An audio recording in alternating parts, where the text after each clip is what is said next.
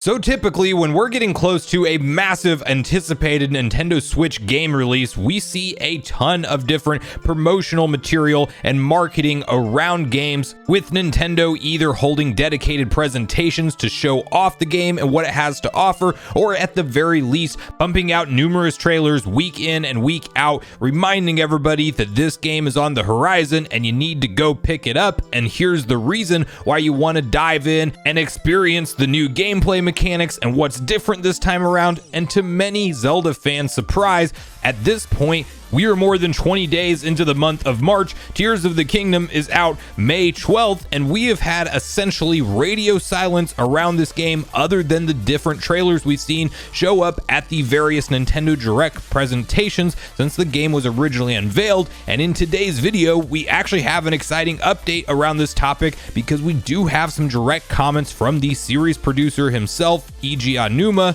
and we need to get on the same page with exactly what's been said about the game and discuss a gameplay mechanic that's being hinted at that could massively alter our experience as gamers when we go through this thing, and ultimately discuss where we should be setting our expectations when it comes to brand new Zelda Tears of the Kingdom info leading up to launch right now.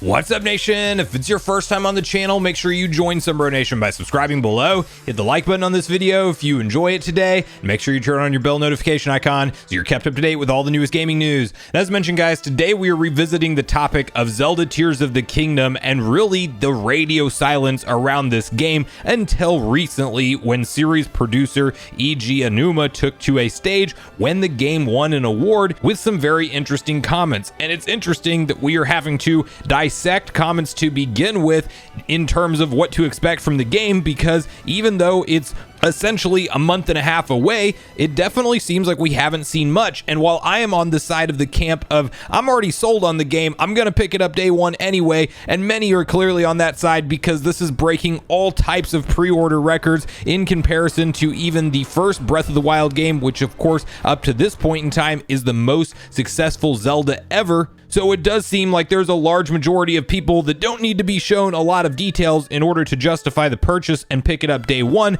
However, there is still that vocal community online that you will see actually say that their opinion is that this game looks like a massive paid DLC of Breath of the Wild, and it doesn't look different enough, and maybe Nintendo hasn't showcased how it's different enough considering that it's technically in the same base Hyrule, and they want to see more in order to justify that controversial $70 price tag for this Nintendo Switch game, which of course marks a new high for first-party published Nintendo titles. And to first get on the same page with what's been said and then theorize what kind of gameplay elements this could lead to and how it could massively impact and change based on how players choose to experience this title, let's quickly hop over to Go Nintendo and read through their detailed typed up article together. Zelda Tears of the Kingdom producer teases gameplay that lets you change the world. As with any title before it, Tears of the Kingdom is set to introduce all kinds of new features and mechanics that are sure to wow Zelda fans. What exactly can we expect from Tears of the Kingdom? Nintendo isn't saying specifically just yet,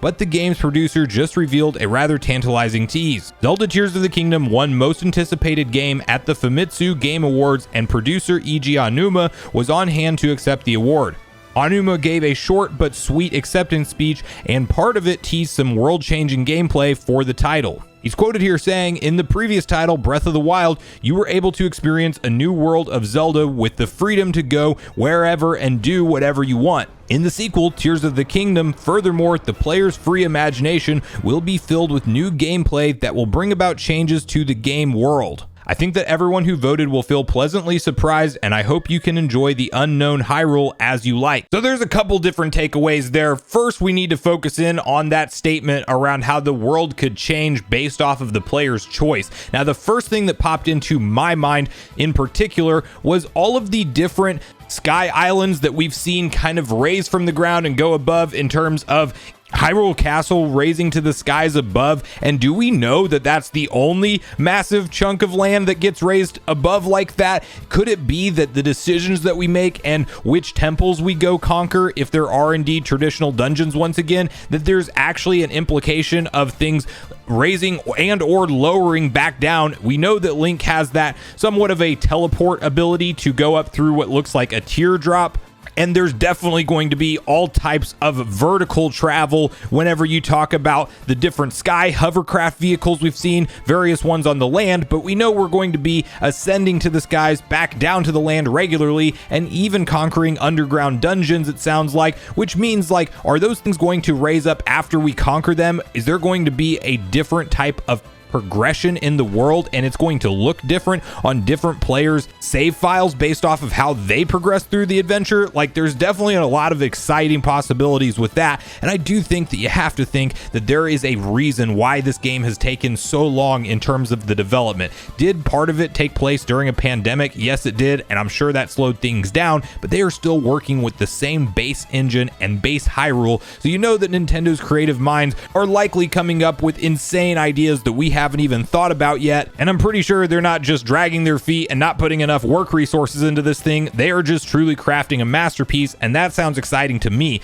There's also that piece at the very end where he says, I hope you can enjoy the unknown Hyrule as you like, and there's obviously translation taking place and things, but this seems like a much bigger world than what the first Breath of the Wild was. And is there actually an entire portion that is separate from the map that we know today outside of the skies and dungeons? It definitely seems like this is a grander game than many are probably expecting, so don't expect Breath of the Wild DLC. Do expect some massive gameplay enhancements, some crazy mechanics that we haven't seen yet. I'm sure there's all types of new items and additions that let Link do things in the world that we're not expecting yet, and that is a very exciting prospect for me. Now, the last thing to touch on briefly that's been going around a lot with the talk around this game is the likelihood of a dedicated Nintendo Direct presentation for Zelda Tears of the Kingdom. We see this with certain Nintendo titles. Xenoblade Chronicles 3 and Splatoon 3, most recently, each got their own dedicated presentation where you're looking at something like 25 to 35 minutes of dedicated gameplay, and Nintendo's trying to sell their audience on why to pick this thing up, what's different about it, what's the new big features that will draw people in, and just a chance to showcase it. I am of the mindset that Nintendo does not want to do this with Zelda Tears of the Kingdom. We could absolutely see marketing ramp up for this thing, and we get a dedicated Direct unveiled right after the Mario movie in the month of April. Nothing is off the table clearly with Nintendo at the end of the day, but I do think that the silence around this game really does lead into their broader strategy with less is more on the marketing. Will we get additional trailers and a closer look at the game? Yes, but I do not think that we are going to get that kind of 25-30 minute blowout presentation,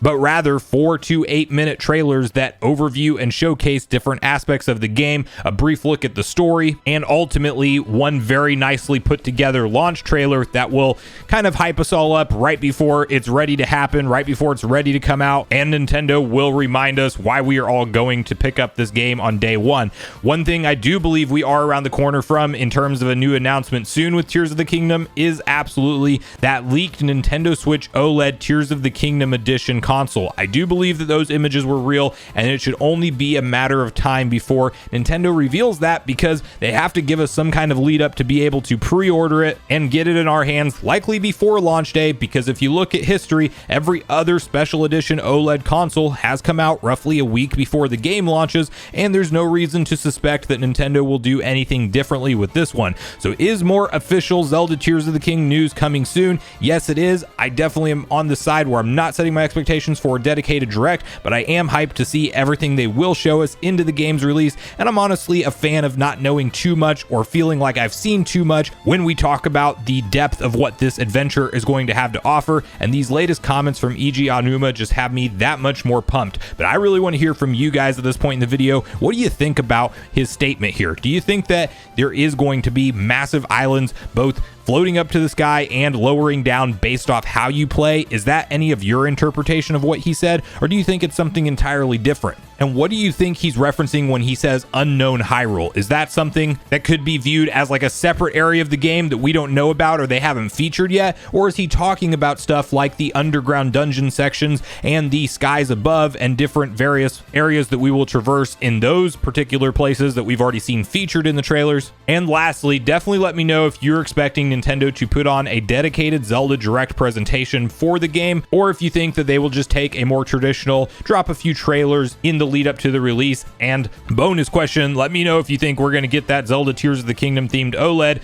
revealed and available for pre-order, and will you be picking one up if we do indeed see it released? So regardless of your thoughts and feelings on everything we talked about today, I do look forward to hearing from you all in the comments down below before you leave the video, as I do look forward to getting a back and forth conversation started with you all around these topics. Go watch yesterday's video next if you haven't already, which is on screen right now. Also make sure you like, subscribe, turn on your notification bell, and I will see you guys in the next video.